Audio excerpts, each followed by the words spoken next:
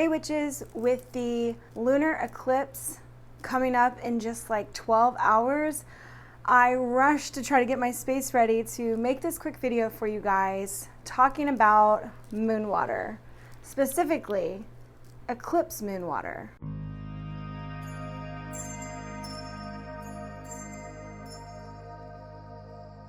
What's the deal with moon water anyways? Why are we making it? First and foremost, as witches, we acknowledge that everything has an energy about it, how everything works through a cycle and comes back around. So when we talk about making moon water, we acknowledge that the moon is an energy source and that we can feel it, that we can capture it, harness it, and use it. That's the ultimate goal of moon water. Everything else that you do from there is determined by your own personal practice and what you believe in, what your ethics and beliefs are as a witch. Some people do not like to use the eclipse water because they think that it's chaos. I don't feel that way. I feel like an eclipse is when the moon goes through all of its phases very fast. So I think of it as more of a quickening water.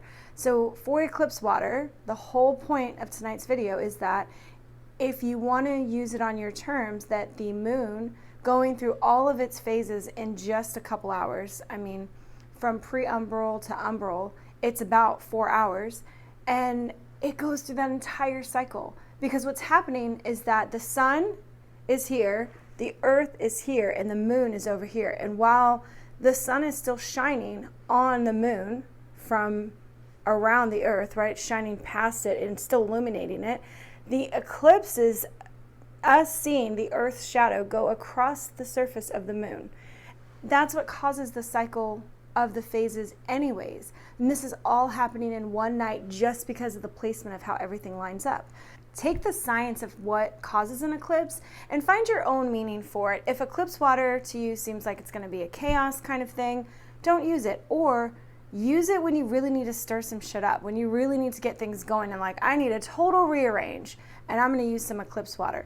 Either way, I'm going to explain to you tonight on how to make it. First, let's answer some really common questions. Number one, does it need to touch actual moonlight? I'm of the opinion that it does not actually need to touch moonlight. We're most likely going to have clouds here tomorrow morning, and I'm still going to make eclipse moon water.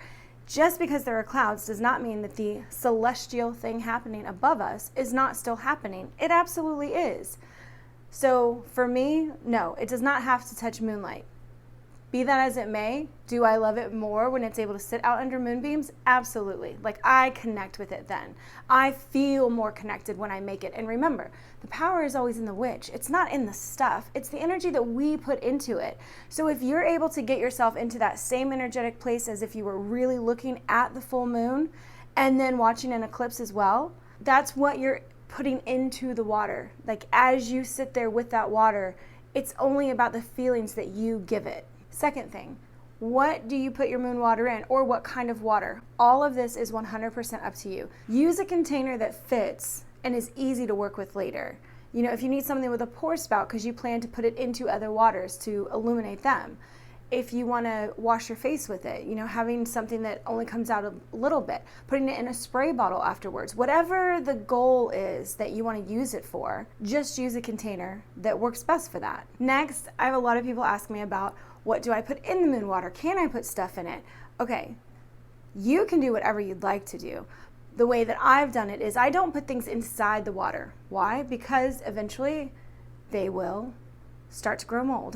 And I am one who likes to save stuff for quite a while. I may save moon water for up to a year before I finally say, all right, I really didn't have a use for this, and that full moon is coming around again, right? We get those full moons once a year for that energy, and I'll go ahead and release the water back or pour it into a plant or whatever, and then make a new container of water and get ready to redo the entire ritual of making that moon water for that specific full moon under that zodiac sign. So with this, we talk about zodiac signs and the energy of each full moon. So with zodiac signs, we talk about the energy of each full moon. They fall underneath one of the 12 zodiac signs.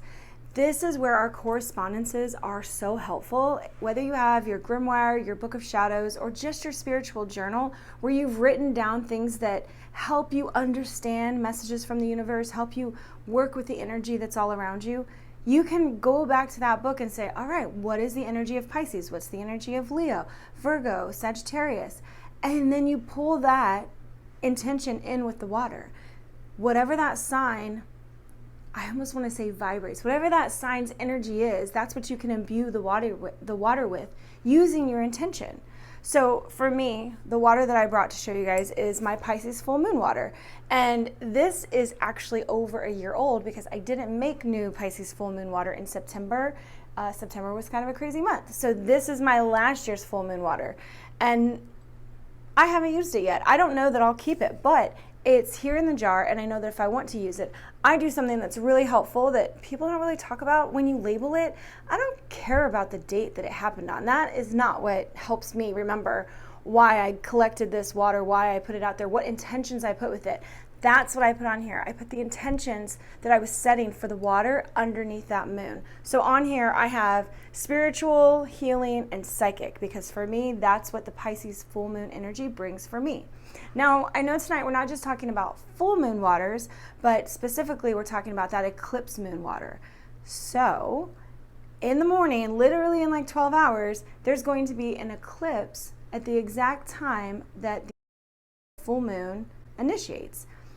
What does that mean for us? You know, that's something that you can reflect on and say, okay, if the Scorpio sign is about getting deep within yourself, you know, rearranging your patterns, burning things to the ground to build them back up. That's just some of the energies that I relate with Scorpio. It's also about like pleasures and desires and wealth and luxury and like doing exactly what you want. Trust me, I know, that's my mother. And so when you look at those energies and you say, okay, well now that's moving through very, very fast. What are the intentions that you would put with your water if you've got a sign delving into so much of that deeper stuff? It's a water sign, so it could be, you know, also psychic and intuition. And the tarot card for Scorpio is the Death card, which is all about change and transformation. Now it's happening very, very quickly. I mean, you would end up using this water with a spell or a ritual where you wanted things to happen or change very fast, where you're really looking for that quick action. So what do we pair with that? Do we pair crystals? Do we pair herbs? Absolutely, you can. I'm of the mind that I don't put stuff in the water, but I do put stuff next to the water. So like I have some bigger crystals that I'm okay with leaving outside. Again, I have a big wide porch that I can leave stuff on. It's perfectly safe, but I'll place a crystal next to it to amplify the energy. And I tell it that. Remember, we program our crystals to do jobs for us. My quartz is an amplifier. So whatever energy I'm trying to call in, it's going to amplify that for me sitting next to that water. It doesn't have to go in the water for me, my personal belief. So that is something as you go through your journey and you're building your beliefs about how energy works for you and how and where you harness it. Do you feel like it needs to be in the water? Can it just be next to the water? How does that feel for you? And what's practical? Putting it in the water just means that later you'll have to remove it. Or for me, I mean, I have this big crystal and I'm definitely not getting it through that. These two things are not going to fit together.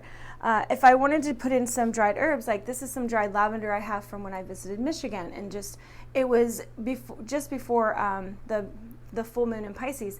And I've never been to a lavender garden before, you guys, and it was amazing, beautiful, and so I bought some while I was there. Still smells great, again, last year. But if I wanted to add some softer, kinder things, because if you do think that the eclipse energy could be chaotic, what could you put next to it to make it fast, but maybe not make it as chaotic? Like let it go easy, let it go smoothly.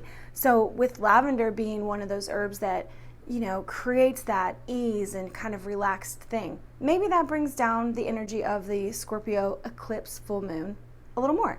That would be something that you would work with through your correspondence chart within your Grimoire or Book of Shadows. I also have rose quartz, because as we go through dramatic changes, sometimes we need some self-love. And so this rose quartz for me is all about self-love. So if I put that next to it, it's also bringing in very personal element for me that's going to be healing. So yes, I'm ready for dramatic change and like redoing some stuff maybe, but I also want it to be with like kindness, compassion, a little bit more easy, you know, because I'm also a water sign, so I can be highly affected when things don't go my way. I bring in these other elements to make the change and the transition, the transformation just a little bit easier. And I can remind myself that I still have self-love, that even though I'm going through the difficult time of the change, I rely on the fact that I know myself so well, I love myself, and I'm supporting myself through that transformation. Moon water is a way to capture the energy of what's going on in the sky, to save it and use it later or today or tomorrow, but to save it and harness it for a later time. You guys, there's so many uses for moon water of whatever kind you want to use. I'm not saying that you should use this eclipse moon water for everything. I'm not saying that at all, especially if you're setting the intention that it's going to bring about changes quickly. But you can basically use moon water if you've not put anything in it and you know it's a reliable source of water. I wouldn't say if you collected rainwater, river water, ocean water, anything like that, but like normal tap water or filtered water. You can use that water in place of water everywhere else. Whatever else you do with water, you can add moon water to that. I will actually pour some moon water out before certain rituals when I'm gonna go spend a lot of time in nature in that space. Instead of casting a circle, I'll actually dump out moon water, not even necessarily in a circle or around me, but in the space that I plan on working or in the direction that I'm facing, to bring in that energy of that moon. So with so many ways to use moon water, just get creative. Try all the ways. But one of the things that really make it powerful is when you set your intention with the moon water. So you're setting your moon water out and you want to tell it what you're going to use it for, what you believe its energy is supposed to be, what you're trying to collect. That's setting the intention, okay? You can hold your water and think about what that intention is, what it looks like. You can picture the word in your mind. You can see the actions of what that leads to. So for me, this one being the psychic water, I picture myself and my third eye opening more, you know, becoming more aware, bringing in more of that psychic ability. You can do the same thing with your water when you use it after you've done the ritual of collecting it and bringing it back in your home and storing it.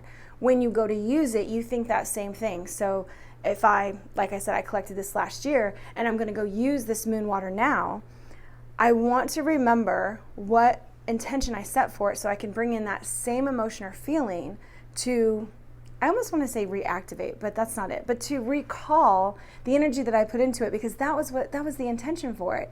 So calling back in that psychic energy that I was looking for, I would dip my finger in here and maybe anoint my third eye, you know, anoint my throat chakra just so I could speak my truth, anoint my heart chakra so that I can know that this is from a place of love and healing and not ego and not for selfishness. That would be a way that I would use this moon water. Here's some examples of moon waters connected with their full moon. And I'm using full moon because that seems to be when people use this, but you can make moon water at any of the cycles and you just connect it with that cycle's energy. When there's a Taurus full moon, think about using that water to wipe down the spaces where you beautify yourself, whether it's in the bathroom or if you wipe your face with it, your hair, your makeup desk, you know, the doors to your closet, anywhere where you're trying to become more in that beauty state for yourself. Because that's Taurus's ruling planet is Venus. So this is all about love and beauty and loving yourself, being beautified. So what if you were to wipe down your phone with moon water?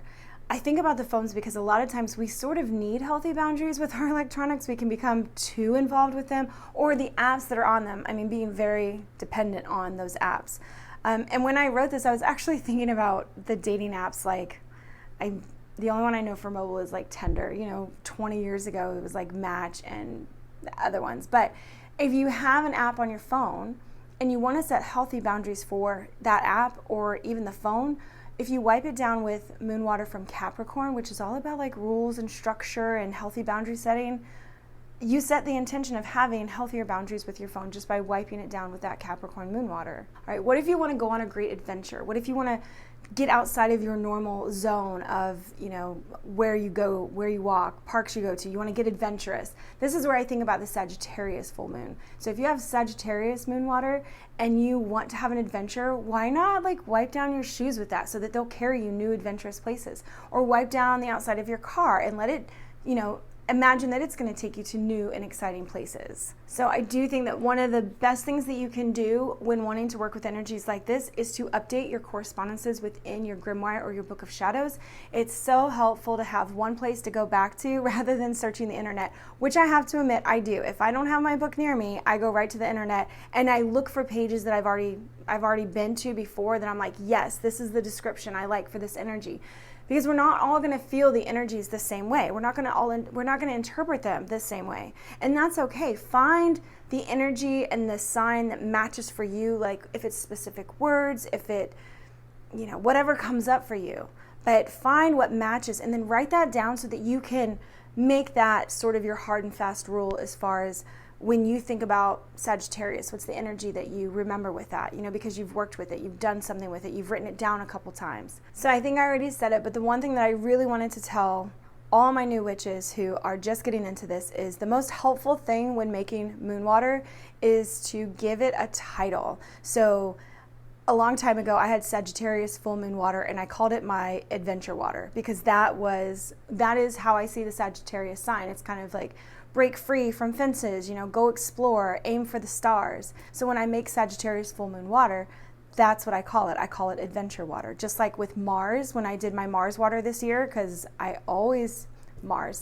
Aries, when I do my Aries Full Moon water, they go together. Obviously, that's the ruling planet of Aries. But Mars is so much more ingrained in me because of mythology. But when I have that water, I call it action water. When I need to take action, when I need to stop dragging my feet on something. So just to make it simple for yourself, instead of writing a paragraph about what the energy of this moon is supposed to be, just give it a word that you want to use later. And that'll make it a lot easier when you go into your witch's closet and you're looking for things that you want to use for a ritual, and then you see that word and it connects with that, you pull that moon water out and you're able to use it with spells.